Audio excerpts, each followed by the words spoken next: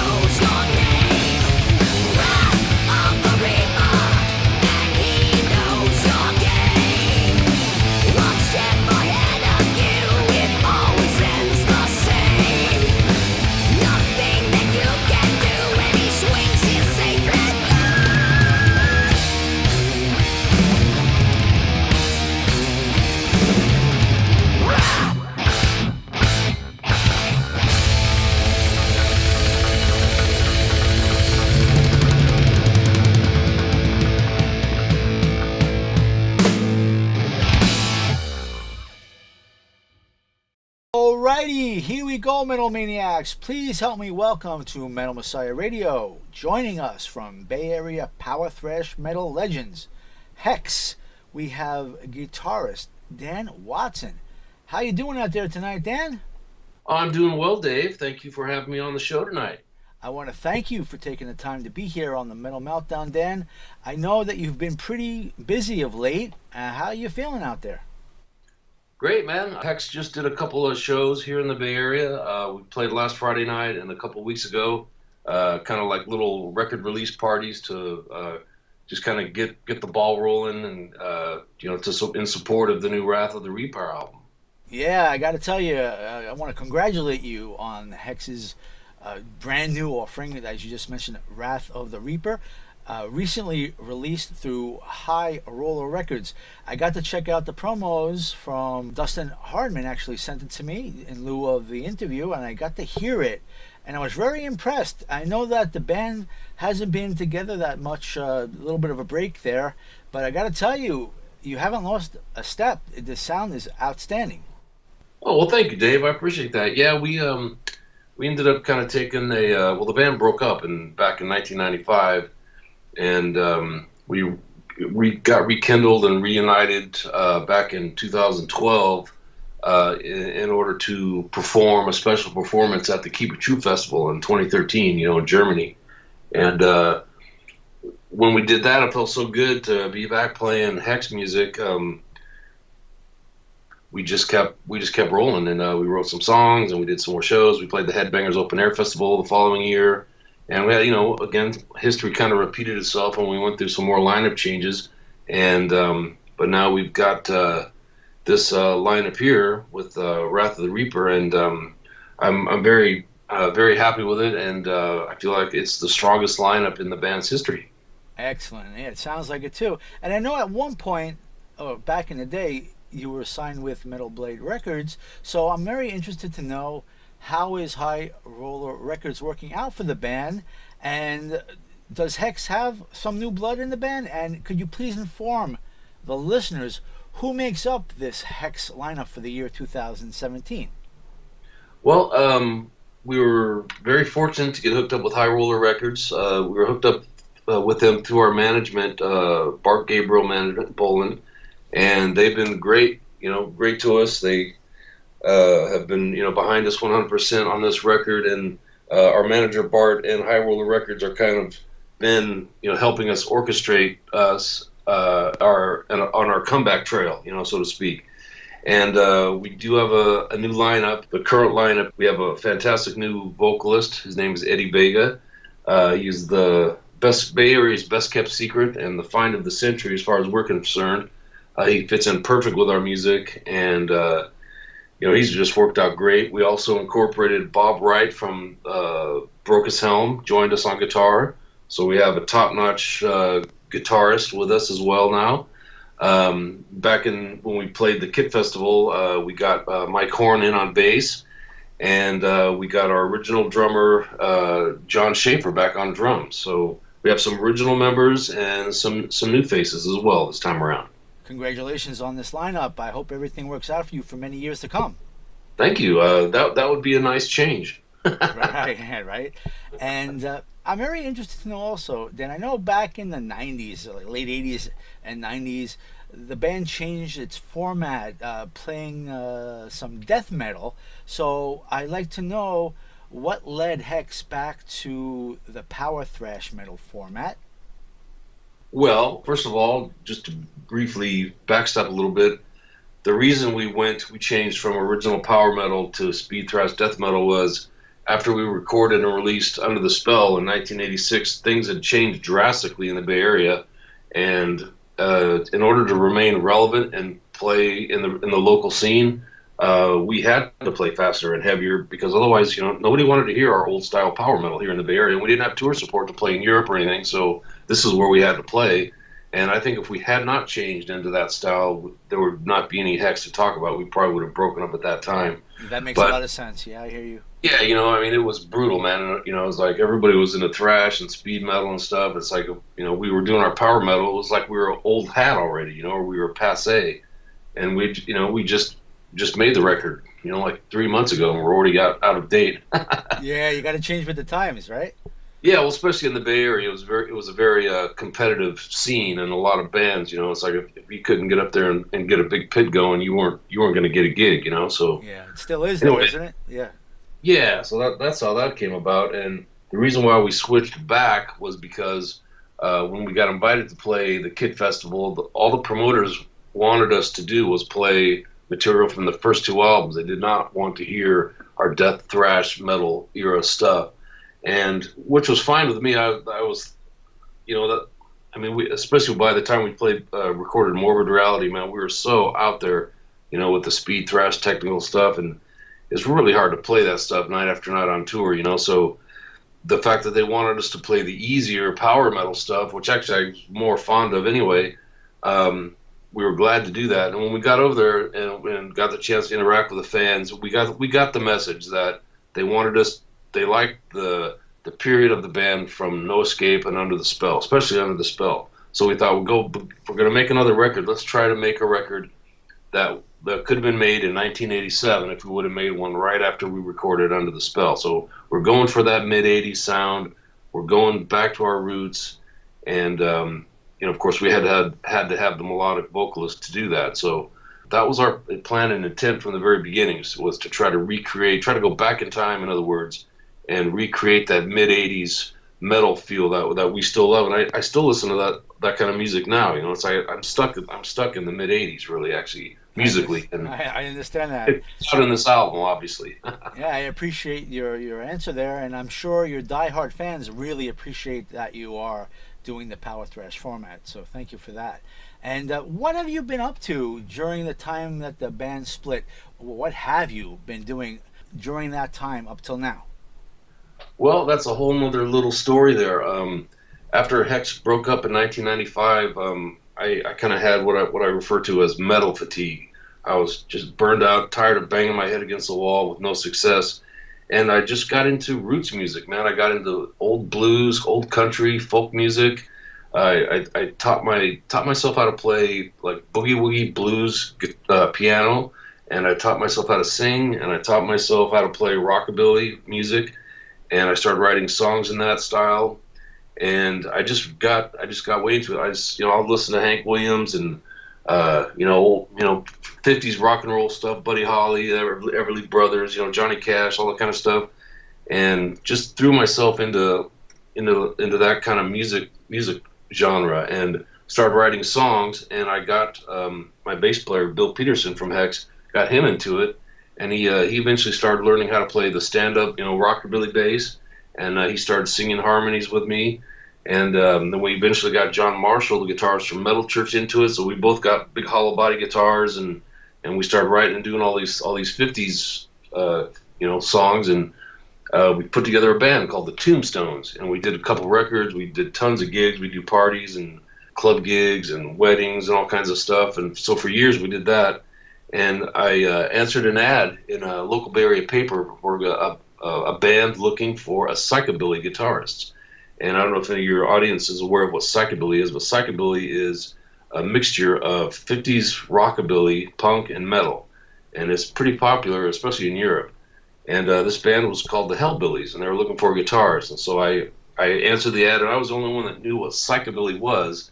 And I was, perfect fit for them because I'd been playing metal and I'd been playing rockabilly. So I was like the only guy that answered the ad that even could fit the bill. So I got the gig. And 2 months later, we're playing a festival in Great Yarmouth, England, and then we toured Europe 3 other times, made several records, and so I was doing psychobilly and rockabilly.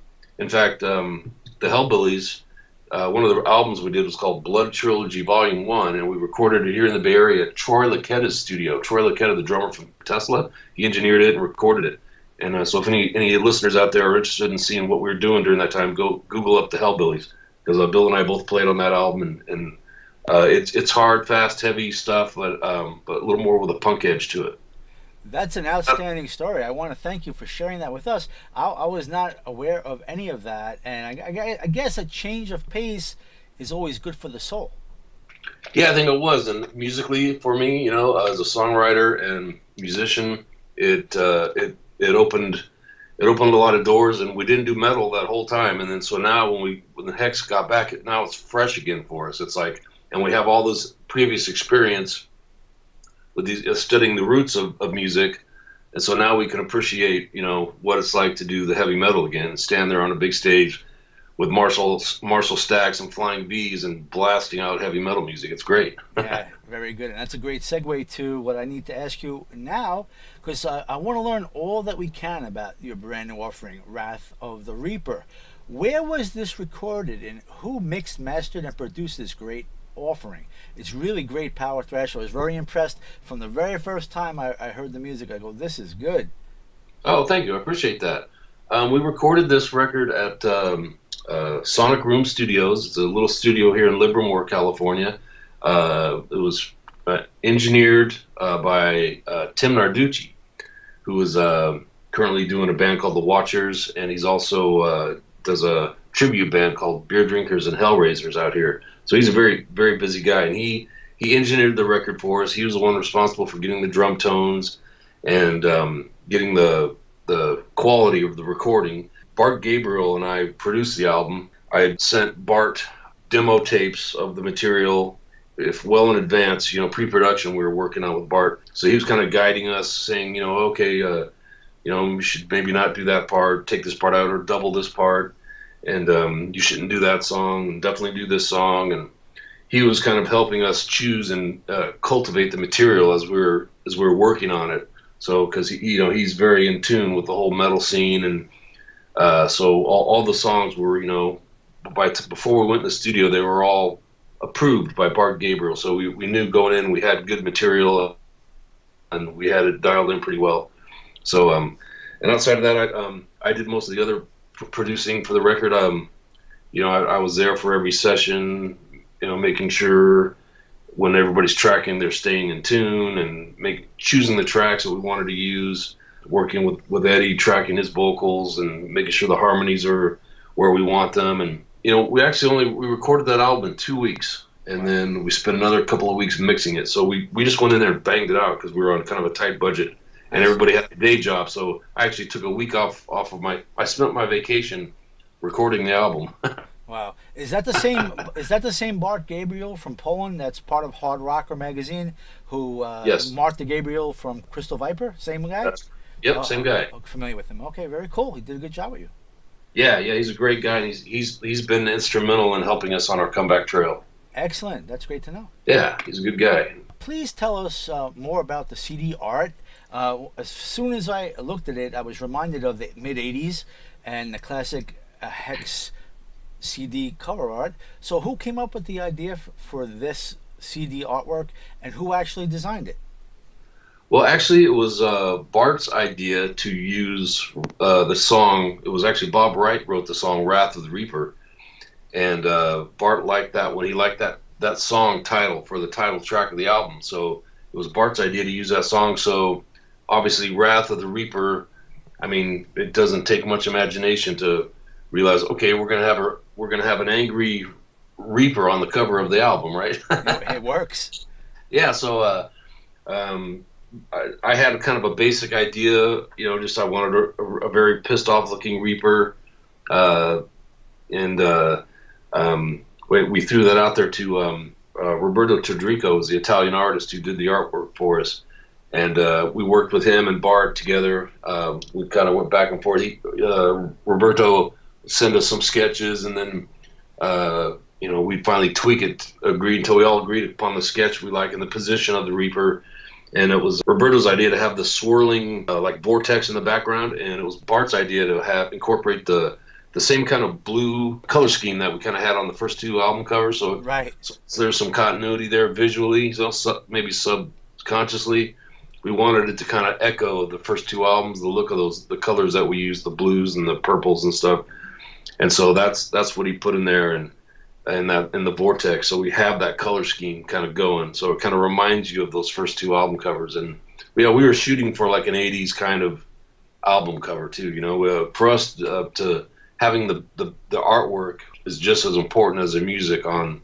So we take a lot of care in making sure that we have an album cover that is reflects the music and reflects the style of the music at the same time. So that's what we were shooting for. So if that worked, I'm really happy. That makes sense, and the familiarity makes your fans say, "Hey, look who's back, Hexx." All right. Mm-hmm. Now the Hexx logo is the same original logo, or has it been updated for 2017? No,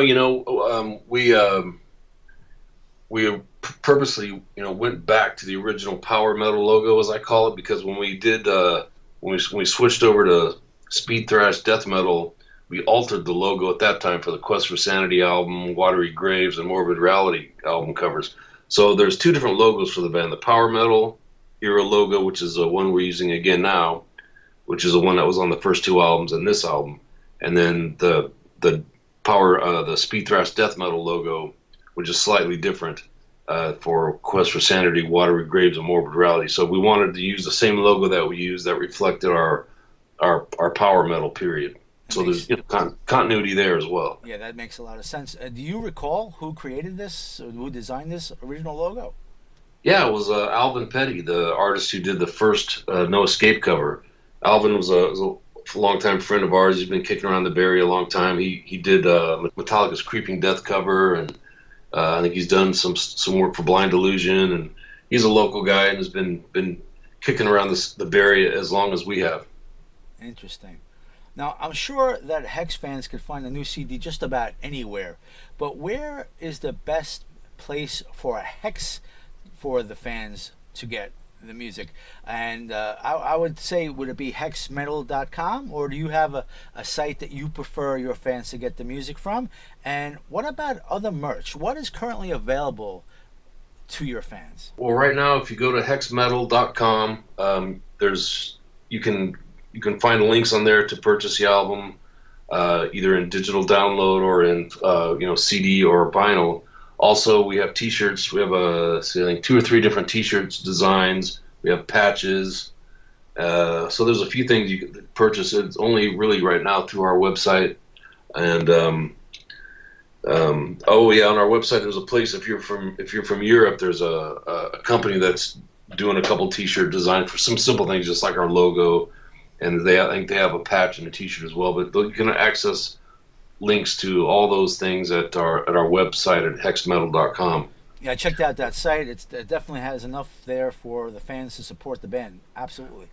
Yeah, we appreciate that. And actually, in our record deal with High Roller, we retained all the digital download rights. So anytime like if you go to Amazon.com and download the album digitally, the band gets 100% of that money. So if you're going to download it, you're helping us a lot, because that's mainly how we're getting paid, is through digital downloads. Right. That's the state of the art. That's the state of the current ages. Yep. That's sign of the times. A sign of the times, right? Now, as you mentioned earlier, I noticed that on September 29th, you had the Hexx CD release show in Crockett, California. Can you inform us on what touring you and Hexx may have coming up, if you have tour support for the new offering, and where you may be playing and who you may be playing with? Well, Dave, unfortunately, right now we don't have any tour support. We don't have any other shows booked at the moment. We did film the last 2 shows. We had a guy come out and film both our sets at these last 2 shows. So we're going to be putting out several songs with videos to kind of hold us over, so people can watch the videos of some of the songs and see what the band looks like when we're performing live. And we're hoping with the record we'll gain enough popularity to where we'll get invited to play some festivals, or hopefully open the doors so we can play some more shows. But as of right now, we don't have anything. But I'm sure something will pop up. It always does. Yeah, I hope that for you. And you were just talking about videos. I'm very curious to know about official music videos. Are there any official music videos out there, or are you planning on making any official music videos or lyrical videos besides the live performance videos? Well, not yet. We don't have anything on the schedule for an actual official Hexx video. But we do have some hardcore fan videos that are going to be coming out. They're making videos that we'll be able to post, but they're not going to be considered official Hexx videos. Well, I'm sure at some point we'll do something. Okay. But right now we're just going to drop a couple of live videos from these last couple shows, and then, like I said, we'll drop. We have a video already made for the track "A Slave in Hell." That will be dropping, but it's not like an official video. It's a fan video, but it's really cool. It's a little hardcore. It's made up of a bunch of hardcore horror movie clips and stuff that go to the music. So it might be a little scary for some lighthearted viewers, but the hardcore people will probably dig it. I can't wait to see it. Yeah, it's cool. It's really good. We'll be dropping that next month or so. Very cool. Can't wait to see that. And Dan, would you like to talk about your guitars and what you're playing, and if you have any endorsements with those? No, I would love to have an endorsement deal. I'd love to have an endorsement deal with Gibson. I'm a Gibson guy. I guess. I've got my main guitar is a 1980s Gibson Flying V, and then I have a 1980s Gibson SG Standard. Those are my two main electric guitars. And I fell upon hard times back in the 90s and had to sell my original 70s Flying V's and my original Marshall stack and stuff. But Oh man, I'm sorry to hear that. yeah, that was tough. But that's life. So, but anyway, so I'm fortunate enough to still have a couple of Gibson guitars in my arsenal. That those are the main ones I like and I travel with and perform with. Yeah, the '90s was a tough time for a lot of metal people. Yeah, Times were changing for the worst. yeah, it was the damn grunge rock that came out that killed everything. It sure did. It changed everything, and it didn't last very long, thank God, though. You know. Yeah. Well, it's to me, it's really gratifying to see that there's kind of a resurgence and a nostalgic sense for this '80s metal. I personally, I really think that's the best time for metal. Yeah, it depends on the kind of metal you're talking about. For your kind of metal, definitely agree. But the hair metal started around then, and I really wasn't into that. I think that kind of ruined everything. And then you had the grunge that ruined that, thank God. And then in the mid '90s, or I would say after the mid '90s, when grunge finally did its thing, then we had this resurgence starting with the thrash metal again, and thank goodness for that. Yeah. It was, it's too good to die out, and a lot of people from the younger generation are rediscovering it. So, that's a really good thing because it's too good to die. Absolutely, it'll always be there. But the music that like really never died. It just was maybe it's not as popular. So let's see. Let's hope that Hexx gets back on the track with the fans supporting it, and we have more music for Hexx in the years to come. And I tell you, with every new release you have out there, you're going to be coming back here if you'd like to come back on the Metal Meltdown to talk about it. Oh, I'd love to, Dave.